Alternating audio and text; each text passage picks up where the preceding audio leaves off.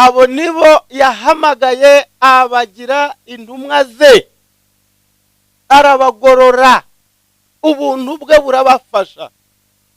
Igihe yahamagaraga barabahungu ba Yohana bitwaga abana b'inkuba, bene nkuba babitaga abana b'inkuba kubera ubunyamahane, bari abarwanyi bwabuhariwe, nta kintu cyabahagararaga imbere na gito. Ndetse Yohana kubera ko yari n'agasore gato k'akasoresore, amaraso yagurumanaga mu burakari n'amahane y'uburyo buteye ubwoba, ku buryo n'izindi ntumwa zibazaga ngo uriya zamera te, uriya wamuhamagaye ute, uyu we ni igiki ko twamuyobewe. Abarwaniraga imyanya y'imbere, abihakiririzwa murumva cyane cyo, hari abantu bashora utugamba ahantu bashaka gukundwa kurusha abandi, kwitonesha. Abo ni ba Petero, niwe witoneshaga kumva kwishira imbere y'abandi bose. Uyu Yohana yateje amakuba mu ntumwa igihe cyinshi. Amateraniro ya Yesu yahoragamo kirogoya itewe na Yohana. Ibihe byinshi mu materaniro Yohana yabonaga ibintu bitameze nk'uko ashaka, agahubuka muri porogaramu Yesu yamushizemo, akaja gusenya ibintu iriya. Yesu aturiya ninde? Bati ni Yohana wagezeyo. Ni Yohana ubagezemo, arabahinze, arabirukanye. Hari aho Yohana agendaga agafunga imipaka, akavuga ati murekeraho mumaze kuba benshi ntaho tubakeneye, akabirukana. Yesu ati ninde uri kwirukana abantu? Bati nta wundi wabagezemo ni Yohana. Cyakora mu ntumwa hakaba bamwe bavuga batumva cyakora Yohana ni umugabo, we yangaga amafuti nk'aya. Hari aho barebaga batumva mwigisha awe sezerera aba bantu baje guhinga, babirukane.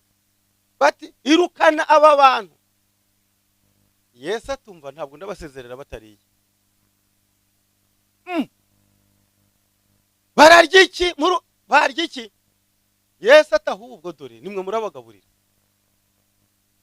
Umwe atumva mwigisha naho wafata umutungo wa Kayisari ukawuzana ntiwashobora kugaburira aba bantu, none twabagaburira ibivuye hehe? Yesu ati mufite iki? Bati keretse bwa bufi bungahe? N'utugati 5. Ubufi bwo ni 2. Kandi baruki no kubasezerera saa 6 zirageze tukaburya, tumaze 3 tutarya. Babaga bamaze 3 barabuza aho barira. Yesu ati nimubicaze barye. Utwo dufi 2 n'utugati 5 nimubicaze baturye. Se ari wowe uhari wakumva Yesu ari muzima? Wewe uhari nawe ari wowe? Burya hari abantu mwambaje ikibazo muti none arabizera bico gihe, abamwizeraga bamureba n'abamwizera batamureba, abafite amarwa yo kwizera cyane nabaye. Narababwiye ngo nabizera batamureba, hahirwa bizera batari kumureba. Nawe niko yavuze, hahirwa bizera batarinze bambona, naho abambonye bo bafite ikibazo. Ngaho noneho murebe agutegetse atumva, icaza abantu babiri kandi ufite utugati tungahe? 5. Ibihumbi aha mu mujyi aho wabona ushira 5,000 uretse muri stade ni. Arega Yesu yarateje ikibazo mu bantu, aho ibyo bihumbi byanyuraga mu muhanda, aho byanyuraga mu mirima y'abandi. Buriya urebye aho ibihumbi 10 yabinyuzaga bimukurikiye, dongo ukareba aho banyuze, ibyo byonyine byasenyaga igihugu. Reba ibihumbi banyuze. Muje murabitekereza, muje murabirangiriza muri Bibiliya, muje murafata umwanya wo gutekereza. Tekereza abashumba 400, 200. Abashumba mu bitabaki. Reba abungeri 100 bari baragiye ingurube ibihumbi n'ibihumbi, bataje bafite inkoni gusa. Ingurube ndani imwe iri kwisi. Reba aho bageze mu midugudu batumva nta ngurube nimwe dusigaje, zariwe n'ikihe kinyamaswa. Wa muntu witwa Yesu yazirukanye, azirukaniye mu nyanja nibwo zigiye zose, nta niri kureremba ngo muje kuyigarura. Kambabwire nta nimwe yarerembye, ngirerembe hejuru baje kuyikuramo bayirye, zagiye ku musenyi hasi. Kaho reba rero nawe ingurube zawe zagiye, uzi n'ukuntu zibwagura buri kanya ziri kuguha imari, ukumva ngo nta nimwe yagenje ite, kandi ugasabwa kumwizera. Reka nkubwire nshuti, nuko rwari urugamba. Buriya mwebwe mubigarukiriza hafi mukumva ni byari ibintu biteye ubwoba. Nshuti, nawe reba ibihumbi 4 by'abagabo, ibihumbi 4 by'abaki, ariko wari wabona ibihumbi 4 by'abagabo buriya kumbesha ibi 4000 person abagabo gusa. Bibiri irambwira ngo utabariyemo abagore. None ubwo koko ushize muri logique, muvuga logique harya, ushize muri logique buriya abana nibo bari bake ahantu bari kurya, buriya abagore nibo bari bake kugeza igihe haboneka abagabo ibihumbi 4. Noneho nshuti,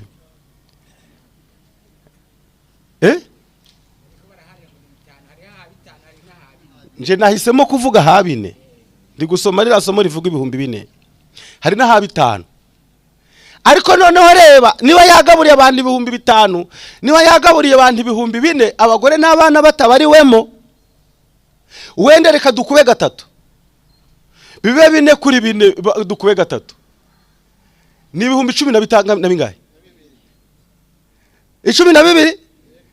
Fata ibihumbi 12 byose ubihe imigati birye binywe binezerwe bitahe bihaze, ngo nibisa n'abasahuzi bari bapakiye uzi mu bukwe ukuntu biba, bari bagiye barapakira mu makoti bagafunga imikandara mu mikenyero yabo, bagapakira imigati ngumu ko ngirashira tudahaza, bagapakira n'umu hose barabura aho bashira, haruzura aho bashaka guhisha hose hashize. Kwango ntugire ngo guhaza kwa Yesu yabahagije mu nda gusa, kwabaye guhaga nabikoreye ku mutwe bibananiye. Uri kubyumva? Nabashize mu myenda mu bitenge babuza aho bashira bahaze, mbese ntawabona handa bigenza ngo bayabijanye mu ngo zabo. Uwasize umwana, uwasize umugore, uwasize umugabo, ejo bose bari bagenje bate? Bari baje batumva. Noneho nta kuzirwa turahinga wa mwami n'umwami koko, kuko we ari gusenga bikaza, ntaho tuzirwa turavuyira kuvudika, nukurya gusa nta kintu, akatwigisha tukarya, akatwigisha tukarya. Nkejo mu gitondo s'il vous plaît, uzimbaga yari yamuzindukiyeho, hari haje ibihumbi n'ibihumbagiza utabasha kubara, bose bahuruye. Nuko uwo munsi yababwirije ikibwirizo, ninje mugati wavuye mu ijuru. Abonye uko imbaga ingana, arababwira ati nukuri ndababwira yuko icabazinduye ntabwo ari bitangaza mwabonye, ahubwo ni ya mitsima mwariye niyo bazinduye. Dore yababwiza gukuri ntawe yigeze aryarya. Nta kindi kibazinduye, ni imitsima mwariye murahaga. Tariko basokuruza wanyu bariraga manu mu butayu, none dore barapfuye, ninje mutsima muzima. Data ni ubaho umutsima uvuye mu ijuru. Baramubwira bati databuja, dufite ikibazo, urakora kimenyetso ki uyu munsi kugira ngo tukwizere? Ko twaje dushaka kwizera, ko nta kindi cyatuzanye, ko twaje kwizera, ni ikihe kimenyetso urakora? Yesu aravuga ati nukuri mumenye ko data ari we wabahaye umutsima uva mu ijuru. Baramwibutsa bati ntubyibuka se nyine ko basogokuruza wacu bariraga manu mu butayu, none we urakora iki? Ni iki uradukorera? Yesu aravuga tumva ninje mugati murarya noneho. Ninje ninje muri burye uyu munsi, ko ninje mugati uva mu ijuru. Hari ijambo bamushubije batumva, ahubwo umutsima wo mu ijuru uzahora uraduha wa mutsima wo mu ijuru tuburye buri munsi. Aberetse kari we bagomba kurya, ati ninje noneho murahekenya uyu munsi. Umwe wagurutse ati ubwo twabasha kukurya dute? uri kubyumva neza? Urumve ko bari bafite ingorane. Twigarukire kuri Yohana rero. Uyu Yohana wari muri bari abantu wabonaga biriya byose, ari n'umunyamahane. Yesu apanga gahunda yo kumutunganya. Igihe cyose Yesu yicaza iteraniro arahamagara ati nyamara mbere yuko dutangira gahunda, Yohana uri he? Yohana ati ndi hano. Ngwino icaraha. Icaraha. Icaraha hafi hano honde.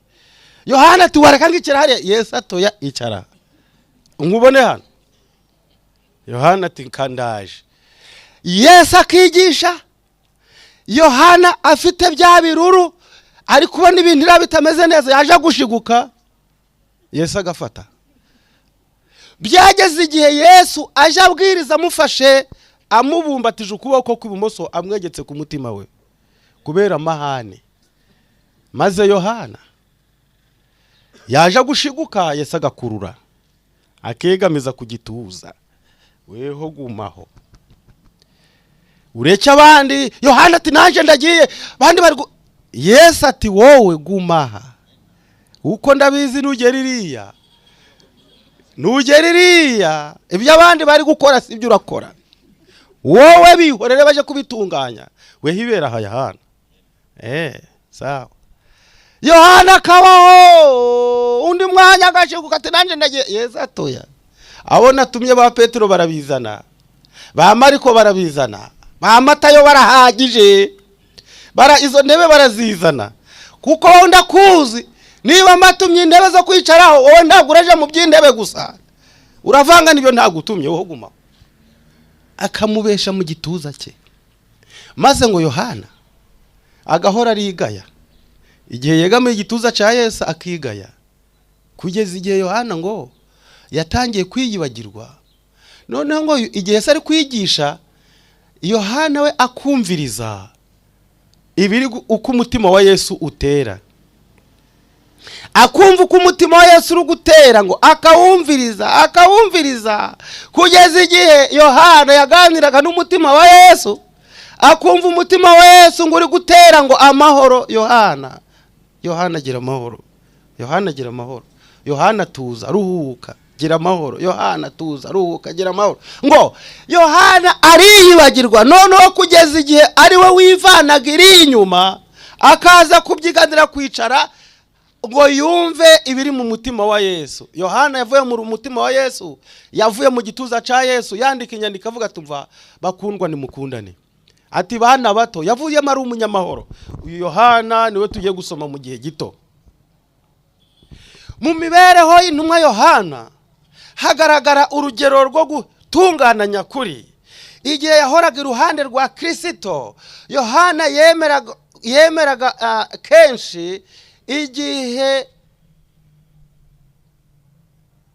yahoraga iruhande rwa Kristo, kenshi umukiza yaramuburiraga ndetse akamuhana, kandi Yohana yemeraga uko gucaha. Ubwo yerekwaga imico y'uwavuye mu ijuru, Yohana yashoboye kubona intege nke ze zituma acishwa bugufi kubera ibyo yeretswe n'umwami. Ibinyuranye n'ukuntu yahubukaga umunsi ku wundi, yitegerezaga kwiyorosha no kwihangana bya Kristo, kandi yumvaga inyigisho ze zo kwicisha bugufi no kwihangana. Umunsi ku wundi umutima we womatana n'uwa Kristo, kugeza ubwo yiyanze ubwe kubw'urukundo akunda sebuja. Ubushobozi no kwiyorosha, icyubahiro cy'ubwami n'ubugwaneza, imbaraga no kwihangana yabonaga mu mibereho ya buri munsi y'umwana w'intama byujuje umutima we gutangara.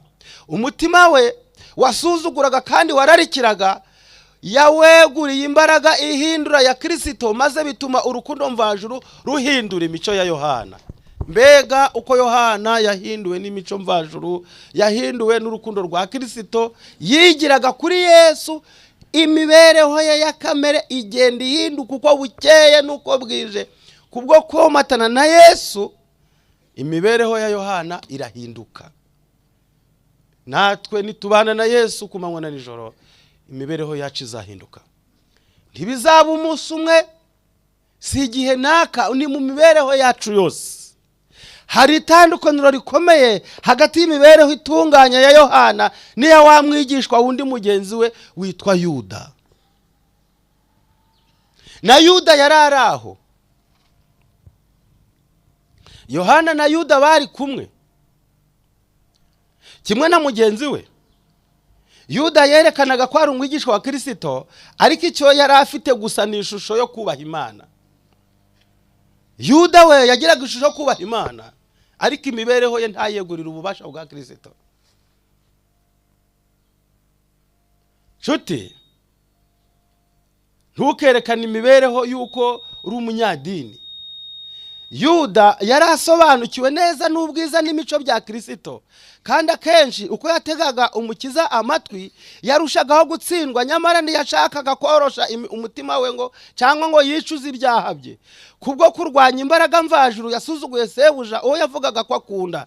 Yohana yarwanyaga byimazeyo amakosa yakoraga, ariko Yuda yarengaga ku by'umutima nama we wamwemezaga, maze agaha ibishuko urwaho.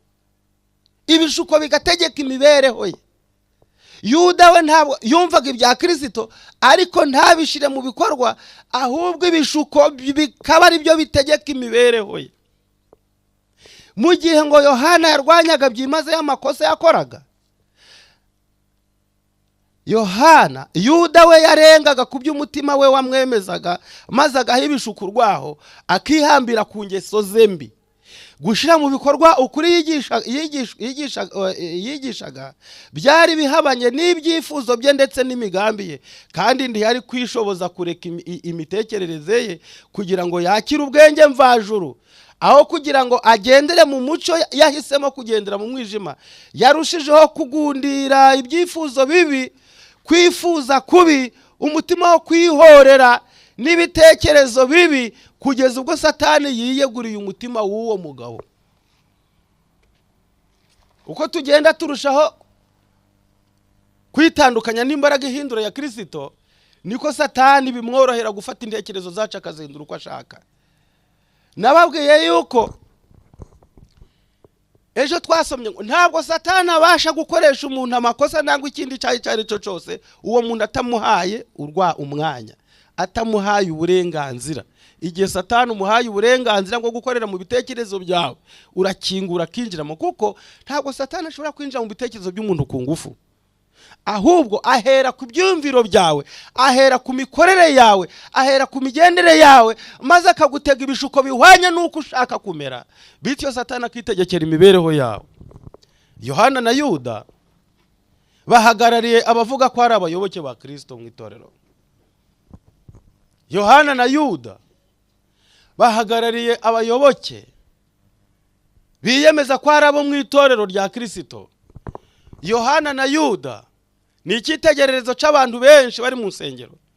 Mbese wowe niwigereranya n'ibyanditswe byera, urasanga uri mu ruhande rwa Yuda, uri mu ruhande rwa Yohana. Yohana washaka ko ubushake bwe buhwana n'ibyo Yesu ashaka, na Yuda bashaka ko kamereye. Ngo hari igihe cyinshi Yuda yifuzaga gukosora imibereho ya Yesu nawe. Ngo hari igihe Yuda yumvaga Yesu yisha ibintu, ntabwo ari uko yakagombye kubikora. Ntabwo Yesu nawe ari kureba kure. Buriya Yesu ntabwo ari maso umuntu yamucaha. Ni igitangaza. Yuda yari terezori, Yuda yari treasurer, yarashinzwe umutungo w'itorero. Ni igitangaza. Umugore umwami w'indaya yaje amaze gutsindwa n'umutima, yemeye Yesu, yumva ubumana bugeze mu mutima we. Ibyo yaruhiye byose, ibyo abagabo bamuhaye umwaka wose, yarabiguzemo icupa rimwe ry'imibavu. Ngo arazi iyo mibavu nuko yikubita imbere ya Yesu, asuka ku birenge bye, inzu yose irahumura. Yuda ati ibyo ni biki? Yuda ati ibyo ni biki? Ati si warebe bibaye, ntabwo nuhengeze urebe, ngwino urebe wa mugore ahageze. Ibirenge bya Yesu nibyo ari guhanaguza imitsatsi. N'abitwa ba Simone ngo ntitwabivuze. uyu Yesu ntazi kureba, iyo abazi kumenya burya ntabwo ari umuhanuzi. Igihe umugore w'indaya kiba yamumenyekana, none koko na Yesu ateza ibirenge. Ariko nawe mufite umupasoro muramukunda data, ubu agize uwagirira neza mu bagore baha mu mujyi maze ukabona abagore baje bari kwiruka imisatsi bakayisiga ku birenge byande, na pasitora akemera akagira c'ibirenge. Simwasigara muri kuvuga ngo uyu ni umwizera. Noneho sinabizera bari baje, ahubwo ni indaya. Indaya yo mu mujyi kabuhariwe, indaya yari yarasaze ibisazi by'ubusambanyi. Mariya yari yarasaze, igihugu cyose cyari kimuzi ko yasaze, bari abadayimoni bamubaraho. Ntabwo yari yarasaze ibindi, yari yarasaze uburaya. Reba iyo ndaya y'imitsatsi igeze n'inyuma ku mugongo, ibirindu y'imitsatsi y'amibavu yayo yose yisutse kuri Yesu. Ariko icantangaje nsoma mu wifuzwa ibihe byose ngo abinjiye mu gituro Yesu amaze kuzuka, iyo mibavu y'ira mugore yari igihumura no mu gituro ca Yesu. Mbega ubwiza ura mugore, imibavu y'ira mugore yari igihumura mu gituro ca Yesu, cyakiri guhumuramo imibavu ya wa mudamu. Uwo mugore nawe yera ari kurira, yongeye kurira kandi ati Yesu wanje ari hehe. Yari agishaka ko Yesu amuhumuriza kandi akamukomeza. Shuti nkunda, uhagarariye ikihe gihande? Ni Yuda cyangwa ni Yohana? Uri umwe mu barwanya ingeso zawe wivuye inyuma, cyangwa ubererekera amafuti yawe, wimitse ibyaha byawe, wimitse kamere yawe ngo itegeke imibereho yawe? Yohana na Yuda bahagarariye avuga ko ari abayoboke ba Kristo. Aba bigishwa bombi bari bafite amahirwe amwe yo kwigira kuri shebuja wavuye mu ijuru no kumukurikiza. Bombi bari bafitanye umubano na Kristo kandi bari bafite amahirwe yo gutega amatwi inyigisho ze. Buri wese yari afite intenge zikomeye mu mico ye, kandi buri wese yari afite uburenganzira ku buntu mvajuru buhindura imico. Nyamara igihe umwe yicishaga bugufi akigira kuri Yesu, undi yerekanaga ko akeneye kumva gusa aho gukurikiza ibyo abwirwa. Umwe yejeshaga ukuri buri munsi agapfa kunarije kandi akanesha icyaha, mu gihe undi yahindukaga imbata ya Satani bitewe no kwanga imbaraga ihindura y'ubuntu no kwirundurira mu byifuzo byo kwikunda. Yohana yarwanyaga ingeso ze za kamera, akazegurira mu gituza ca Yesu agasaga kahindurwa n'ibiganza bya Kristo. Igihe Yuda we yashakaga kwibera umunyadini gusa, kuba umunyadini bikamunezeza, kuba umukuru w'itorero bikamunezeza, kuba umuterezoriya bikamunezeza, kuba umuntu uri hamwe na Yesu bikamunezeza, kuba umuntu uri hamwe w'umunyabitangaza bikamunezeza, ngo hari abo Yesu yazuraga Yuda bikamubabaza. Ingibi kiba biretse bigapfa bigahereye ubabere kubazura ngo bagaruke gukora iki? Ngo Yuda byaramubabazaga ngo abo bantu bangana baca ngo arabakijije ngo nta nurumiye abazizanga. Bakaza bahetsa abarwayi, kuko Yuda yaramenyereye ko aho bajanye abarwayi benshi haba hari imari. None ahubwo iwabo hakaza abarwayi benshi ntihagire imari igenze ite, nuko ngo bikamubabaza Yuda. Ariko ubu aba bantu bose banaragiye nta nurumiye abadusiganga, dore ngo birareba. Ubwo rero ngo byakize bigiye biri kuririmba gusa, habe n'icicumi basezanga. Yuda byaramubabazaga, Yesu yakizaga abantu. Yuda atiriko rwose mwabatangira hara tukabishuzara abafata. Yesu ati mubareke bagende bahimbaza iki? Imana. Shuti nkunda, saba Yesu ahindura imibereho yawe. Fata igihe cyo komatana nawe kugira ngo Kristo ari uhindura imibereho yawe, naho wowe ubwawe ntaco wabasha kwigezaho. Reka muri iki gitondo nje namwe dusabe guhindurwa n'ubuntu mvajuru kubwa Yesu umukiza wacu.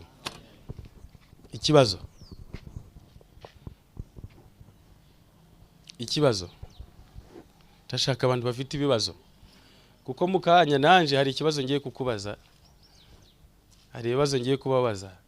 Ndabona abantu batatu, ndashaka ko mubaza ibibazo. Ngaho baza ikibazo cyawe.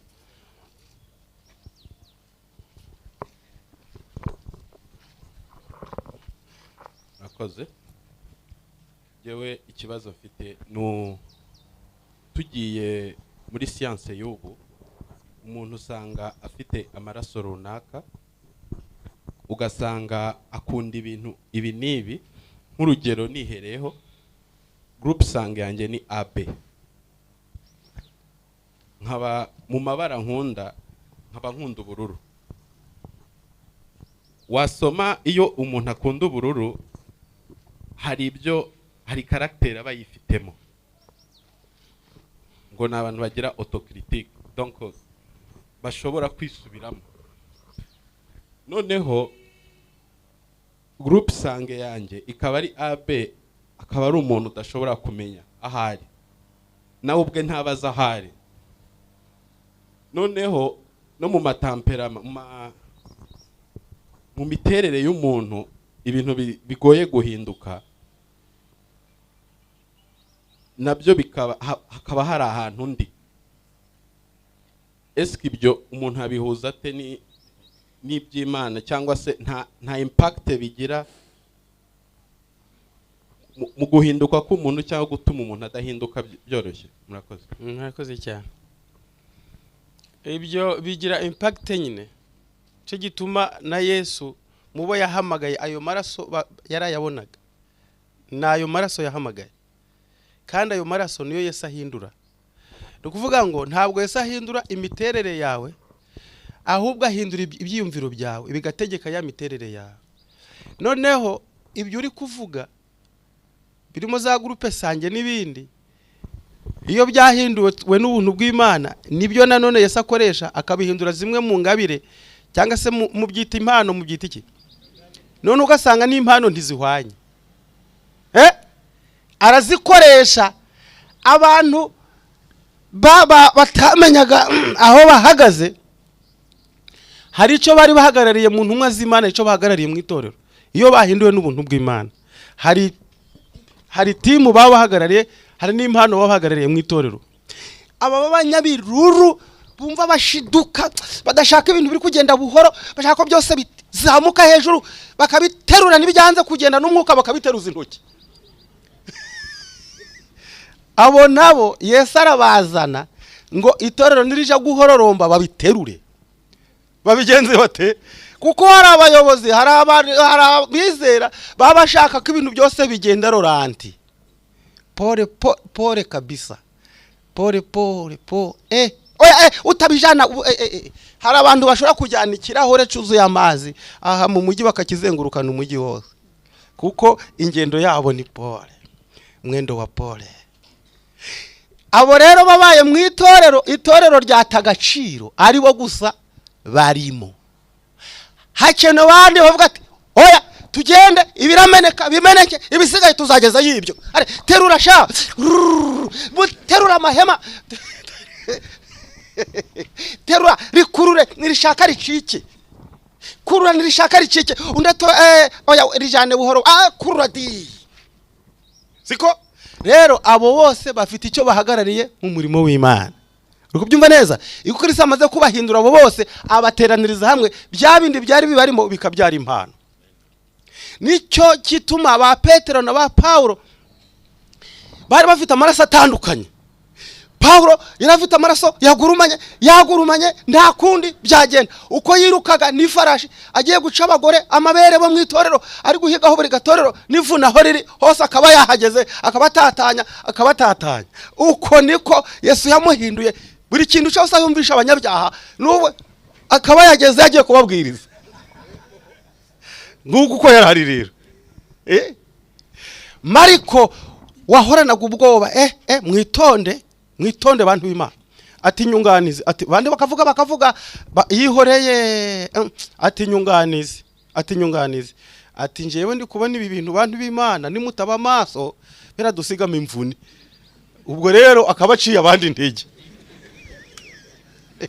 Hari igihe Paulo yavuze ati Mariko, ndakwihariye, ndakwamaganye, mu buzima sinzongera kukubona. Paulo ati sinkene kongera kujyana nawe.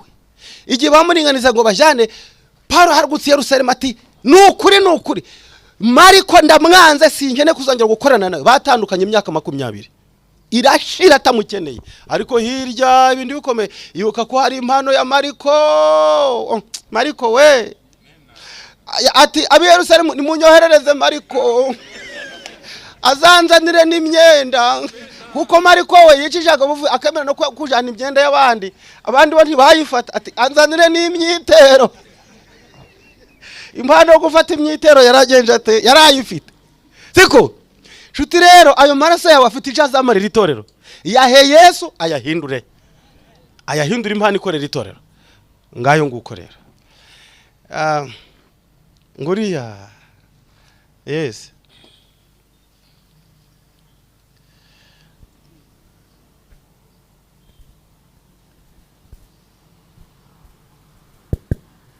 Murakoze. Tubazo tumeze nka tubira kambere. Yesu ubuko tubona ababwiriza benshi mu kubwiriza mukoresha ama microphone n'amaho parallele. Mwakiriya gihe nza nibaza nyene yabwiriza ivyo 5,000 ataho parallele nimwe yari ihari. Muvyo musoma yoba yari ifise irindi jwi ry'igitangaza abantu batigeze kugira. Ni kamwe aka kabiri. Yesu yabwirije imyaka 3 kandi ndiko ndiyumvira nibaza abantu ntibari bwagure ku isi. Mu Buyuda hoba hari nk'abantu ngerageje nka miliyoni nka 2 cyane sinzi. Abantu 5,000 cyane birenga 10 mu myaka 3 bamara badakora bamukurikirana bamuhiga. Nta kibazo yoba yarategeje nk'iki nzara cyatuma abantu badakora mu myaka 3. Arakoze cyane uriya musore. Arabaza 5,000 Yesu yabibwirizaga ate? Ngendagira ngo icyo sico gikomeye ahubwo yabagaburiraga ate? Ahubwo yabagaburiraga ate? Uyu muntu w'Imana yari kuvuga ati ahubwo uretse kubabwira ijambo gusa ahubwo yabagaburiraga ate? Yabigenzaga ate kugira ngo abagaburire? Yesu kanze nkora ikiganiro ni ngaho nakabwiye abari gufata ngo be kwifata ariko babifata batabifata ni ikiganiro uzabyumva remba ari ikiganiro katuganire twumve.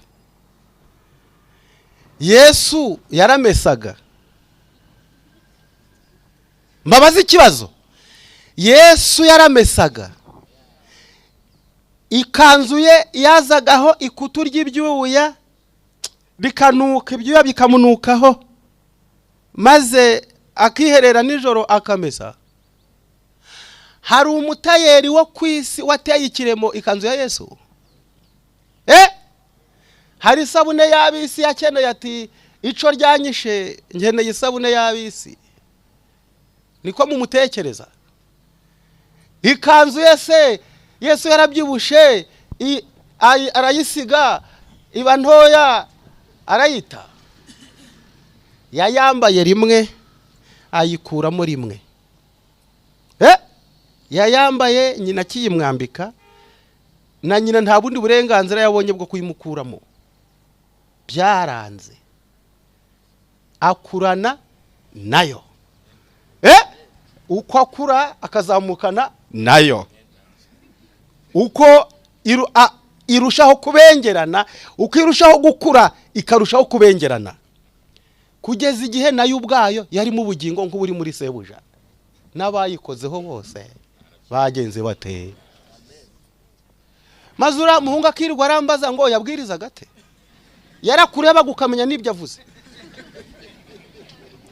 No kukureba byonyine yakubwiraga ibyo ashaka kurebye waburu uri umunyabyaha ukiruka uti aranyica rwose. Ibyaha byanje ari kubireba. Yesu yarahagararaga akababwira buri wese akumva kuko Yesu yari Imana. None abo bantu bari ahantu hakure 5,000 wenda tuvuge ku wanyuma ari ahitwa Kiriri. Siho kurera. None ubirometero bigeze ku Kiriri nibigiye kuzimu mumva abapfuye kure nihe? Ibirometero byinshi biri hehe? Uwagutuma kuja kurarika bapfuye uti genda ubahamagare urakora ibirometero bingana. Yesu wahamagaraga abapfuye bakumva yararavuga abazima ntibumve. Nshuti nkunda nawe nukugira ngo tworoshe ikiganiro hari buriya nawe uri kubyumva ko bijyo bintu rwose nawe uri kuyigiza nkana.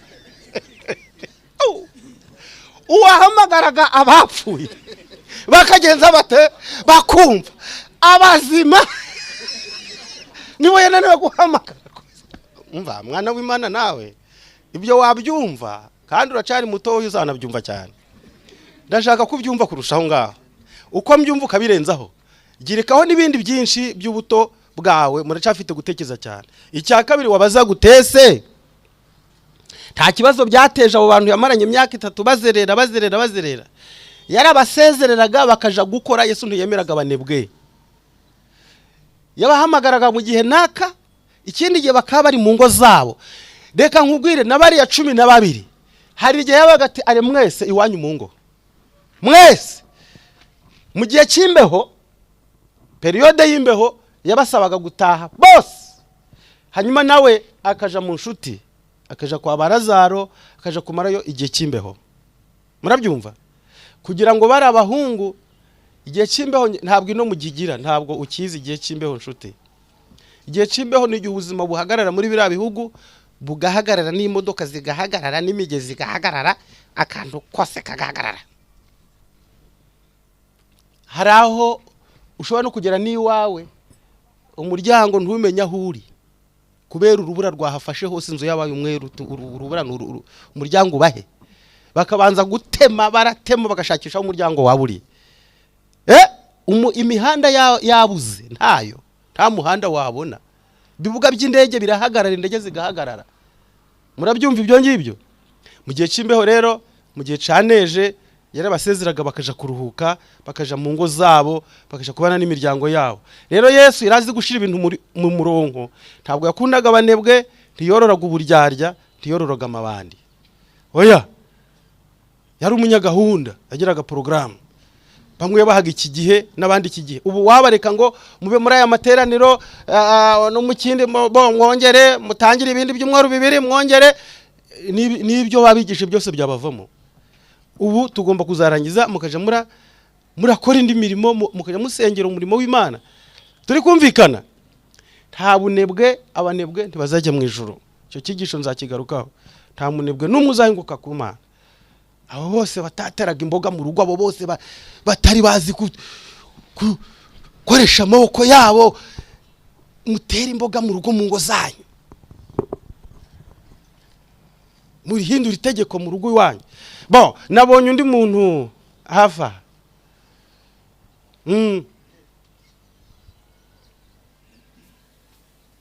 Murakoze? Yes. Dusomye kuri icyo gice mwari muri twigisha muri Bibiliya. Okay. Usanga Yesu yarikije bari abantu akabagaburira bagahaga nkuko mwabitubwiye, hagize ibisigara. Yes. Ndagira ngo mbaze ziriya ntonga 12 zagiye he? Okay. Icyo ni kimwe. Icya kabiri. Abigishwa iyo bavuze, iyo dusomye cyangwa umubwiriza akavuga amateka y'intumwa 12, hari intumwa zihita ziza mu bwonko bwacu nk'abari kumva cyangwa se nk'abarimo basoma, tugahita dutekereza Petero, Yohana na Yuda ndetse na Toma wanze kwemera atabonye.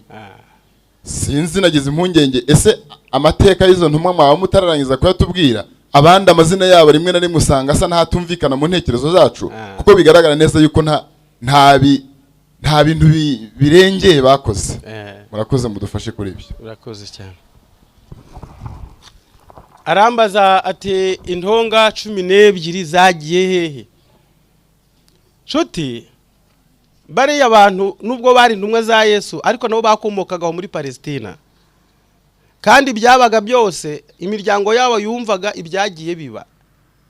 None wowe ugeze mu ruhi wawe ugatanga ubuhamya uti uyu munsi Yesu yatanze imigati myinshi, abaturanyi bariye, ndetse n'abagiye iwawe, abagiye banyura iwanyu bavuga ati iyo abagabo banyu bagiye baduhaye twari, abagabo banyu batugaburiye.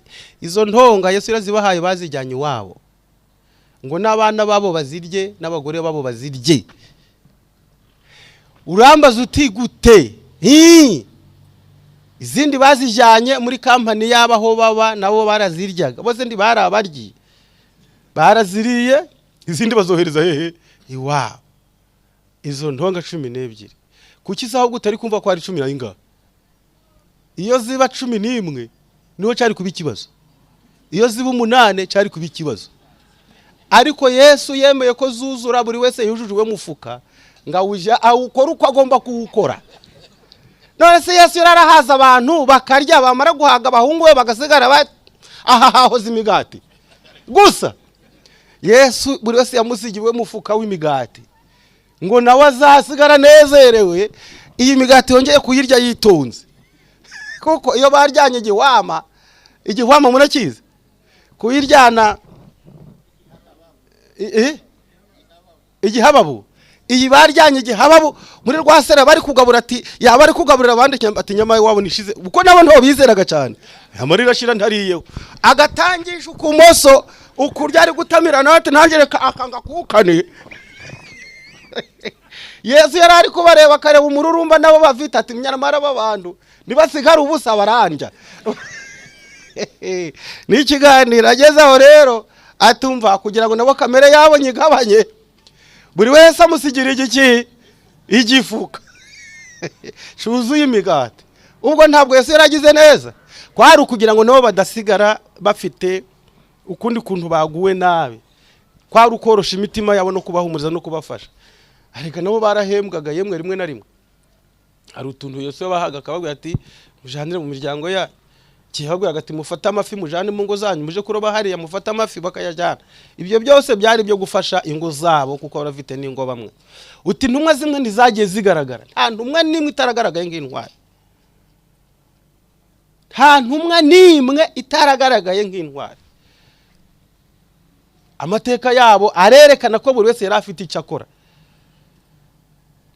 Ari abo mutumvaga ntabitwa batadayo, ntabitwa bariturumayo, ngubwo ntabyo bakoze.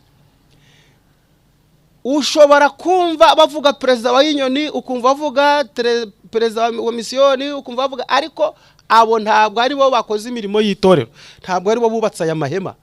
Abubatse aya mahema bashobora kutumvikana. Abubatse aya mahema bashobora kutagenza gute, ariko nibo batumye iteraniro rigenda neza. Ububatse iyi podium se nindi, hari ubwo yanditse mu mateka ya hano uyu nguyu yakoze umurimo ukomeye ariko ntazwi. Hano hashobora kuba hari umukuru w'itorero utaragize byinshi akora, ariko akaba yaragiye apfukama agasenga. Hari ikipe y'abadamu isenga ntibanagaragara cyane. Muri aya materaniro bizarangira nta nibibazo babajije hano, ariko bari mu masengesho. Twese bose Imana babara kimwe, ari abakoze ibitangaza ari n'abakoze ibyoroheje. Kuko reka nkubwire, uramutse uvuze uti iyi nzu ndayubakisha amabuye akomeye gusa, amabuye manini, ntabwo wayuzuza, ntabwo yakuzura. Uvuze uti oya utubuye tungana dutya ntatwo nkene, utungutu ntacyo tumaze, bakaguha ibibuye binini, inzu yawe ntabwo yakuzura. Nututura kugeza no ku musenyi. Umusenyi urakenewe, umusenyi urakenewe. Igaraviye muyita garaviye irakenewe. None rero inzu igaragara neza iyo izamujwe amabuye manini, ayo yaba Petero, ariko n'ibipano byo gucomeka hagati y'ikibuye kinini n'ikindi, ugacomekamo bariturumayo. Hagati ya Paulo na Petero ugacomekamo Mariko. Kugira ngo bahure, siko kugira ngo bagenze bate bahure rwose babegeranye, badakubana bakabagana, ahubwo mo hagati bagasangamo Mariko ariko mu rutisa ati mukomerere yabafashije. Niko shuti nkunda, nubwo utababona bakoze ibitangaje uzabamenyera ku rupfu rwabo. Zasoma urupfu impfu bapfuye niho uzamenya ko bari intwari bose. Ndabona nta wundi wari ufite ikibazo keretse umwe ndi kubona hariya wari wasigaye inyuma utari washizeho kare. Reka tumuhe nawe atubaze kubyo twize. Haleluya.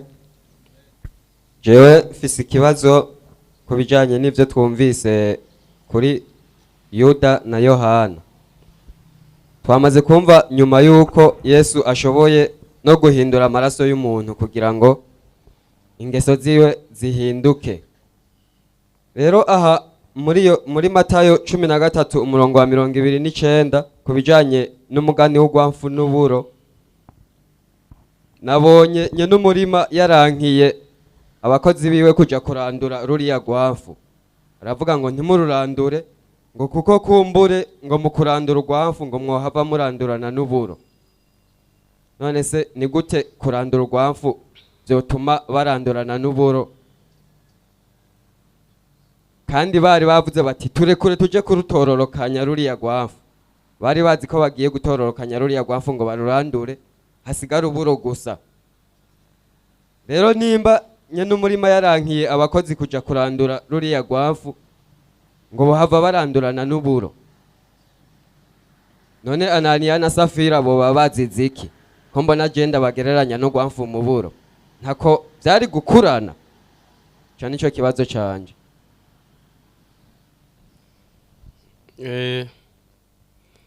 arabaza ati urwamfu, ndagerageza kwigana numve ko biranyorohera. Urwamfu n'uburo birasa ati ko Yesu yavuze nibareke bikurane bigeze igihe cy'isarura nibwo bazabirandura bakabikusanya bimwe ukwabyo ibindi ukwabyo. Agasimbuka cyane ati none Ananiya na Safira bazize iki? Ananiya na Safira bazize ko bari bazanye uburiganya mu itorero,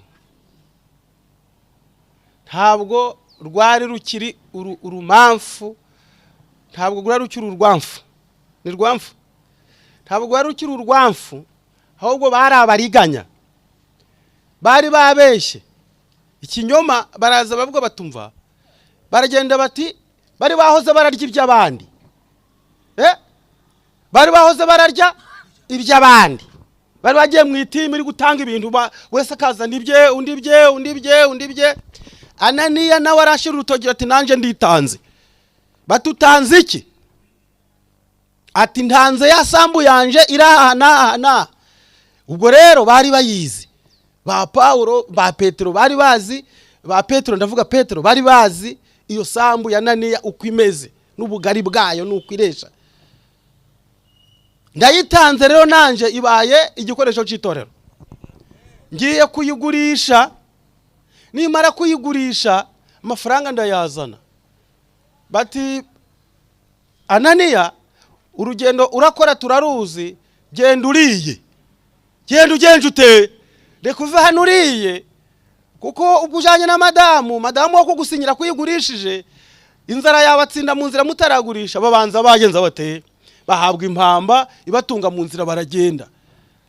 Bagezeyo bamaze kugurisha babona amafaranga ni menshi, ni igitangaza. Miliyoni 3 wenda n'urugero, miliyoni 3 ubusubu uburangazi tubugire madamu, tuyatanga yose uburangazi. Umugore tumva umvura imvugo yawo, kankubwire Ananiya, biriya ureba ni hururu bizashira. Injiji rero ziri kuzana ibyazo byose kandi bizasambuka, buri wese asubiriwe, biriya bizasambuka. Umunsi byahavuye tuzaba dute? Twebwe rero tube maso, tugira ubwenge nk'inzoka. Reka nkwerekerera, uragira ngo 500 ni bikeya? 500 ni bikeya? Miliyoni 2 n'igice zishire hariya, urabubitse imwe ndaba mbitse imwe, nawe ubiki indi n'igice, maze utange 500. 500 ni makeya, bajandira yo ngayora. So uko zitubigenzaga. Weho kimwe mu ikigira 10. N'abajanayo barayakoreye se, babara yazanye 500 n'urugero, aza ari guhinda n'ibyuya. Undi ne wasigara ariko bari byazayagura ariko bari mirwi uko bazabigenza ntibazira rimwe. Aje imbere ya raporo, Ananiya uraje, ndaje ndayazanye rwose, gitangaza. ariko ibintu ni ukwihuta muri iki gihe, ibintu ni ukwihuta. Nayazanye 500,000. Petero arayishikira yareba, naniye kandi naniye. Iriya sambu hegitari n'umurima mwiza umeze kuriya urahangaye uwugurishije yangaya. Ananiya ati se ubu ko twize guhara byose ubu bya birangereza ibyisi kandi ayo bampaye nayo nzanye. Naho ndirugiyo abandi bari mu byunguka naje ngo ndi mu masambu ndi gucuruza, ndi umucuruzi si muntu w'Imana. Uri kumva ndi umucuruzi, ayo bakimbereza nashikiyayo. Ubwo rero igihe cyari kigeze ngo Mwuka Wera aze gutunganya itorero. Petero amureba indebo y'ijuru, mbwiza ukuri Ananiya, koko ni ukuri uhamanije n'ijuru aya mafaranga nuko tukuzi naya baguhaye. Ananiya ati ndakurahiye ukuri ayo hatavuyeho n'urumiye. Sawa, ntabwo ari injuri kubesha, ijuru ni ryo ubesha niri gutunganya. Yumvise ijuru ryo riramukontorora, umutima urahagarara agwaho. Bahamagara abajiya n'abadiyakoni mu kiza umwana mu itorero. Kandi reka nkubwire, ayo mafaranga ntabwo bayamuhambanye, itorero ryarayakoresheje. Maze nzarure yayandi muzana muyaciye kabiri muyiti cya 10 atarico, ntabwo itorero rizayagusubiza ariko uzarimbuka. Habe na rimwe bazagusubiza. Niba mara kuyakoresha wewe uzagenza ute, uzarimbuka. Maze nzarebe. Rero nshuti, Ananiya nto yarenganye, yazize uburyarya. Imana yanze ko iryo torero ryari rigitangira mureke kugenda de. Neze ko munsiza ariko barana abashitsi. Nabashitsi? Nabakozi ba leta. Sawa nta kibazo. Yara abakozi ba leta ndabareka. Naho nshuti ntabwo Ananiya yarenganye, Imana yakijije umwanda mu itorero hakirikana. Ananiya yarazageraho akaja arigisha. Yarazashiraje mu banda ati murajya undi igicucu se? Ati ndi igicucu. Ati do. Agasubizamo ati ndi ikigo gise. Ati nje nyafita aha. Noneho nabo yigishije bati ye mwebwe mwaje, ati njewe ndo ndi igicucu, tumuzi twavuye hangazi bibyarangiye muzajya he. Ati nzongera ngure mindi samba, ati ndi igicucu se. Nese uri kugira ngo ibyo Ananiya yisigarije niba ari byarafite mu mvuka barabimuhambanye. Abo ngo bagiye kumuhamba bakoze mu miki. Kurama sida. Mukananiya siwe akiza ibyo yari yaziritse nka ku gitambaro barabimuhambanye. Funguraho aya namaturo y'abandi mwakira bo muri raporo. Uje guhamba uyu muginga ariko aya mafaranga nayise. Reka mbabwire abo ngabo Imana yabakijije mu itorero hakirikane batararyanduza. Nicyo ejo nabigishije ngo abayobozi b'ishengero bakwiriye gukura umwanda mu itorero bakiwukubita amaso. Musanze umuntu yaje akanya hariya kunya muziki arico akanya hariya mu muryango ati tuwari abakuru b'ishengero bakigera hano bagasanga banehe hariya mu muryango bakitambukira bagahina amapantaro bati saba tugiye mu shengero se usanze bicayemo hano bahaneye ku muryango bati iyo myandipfa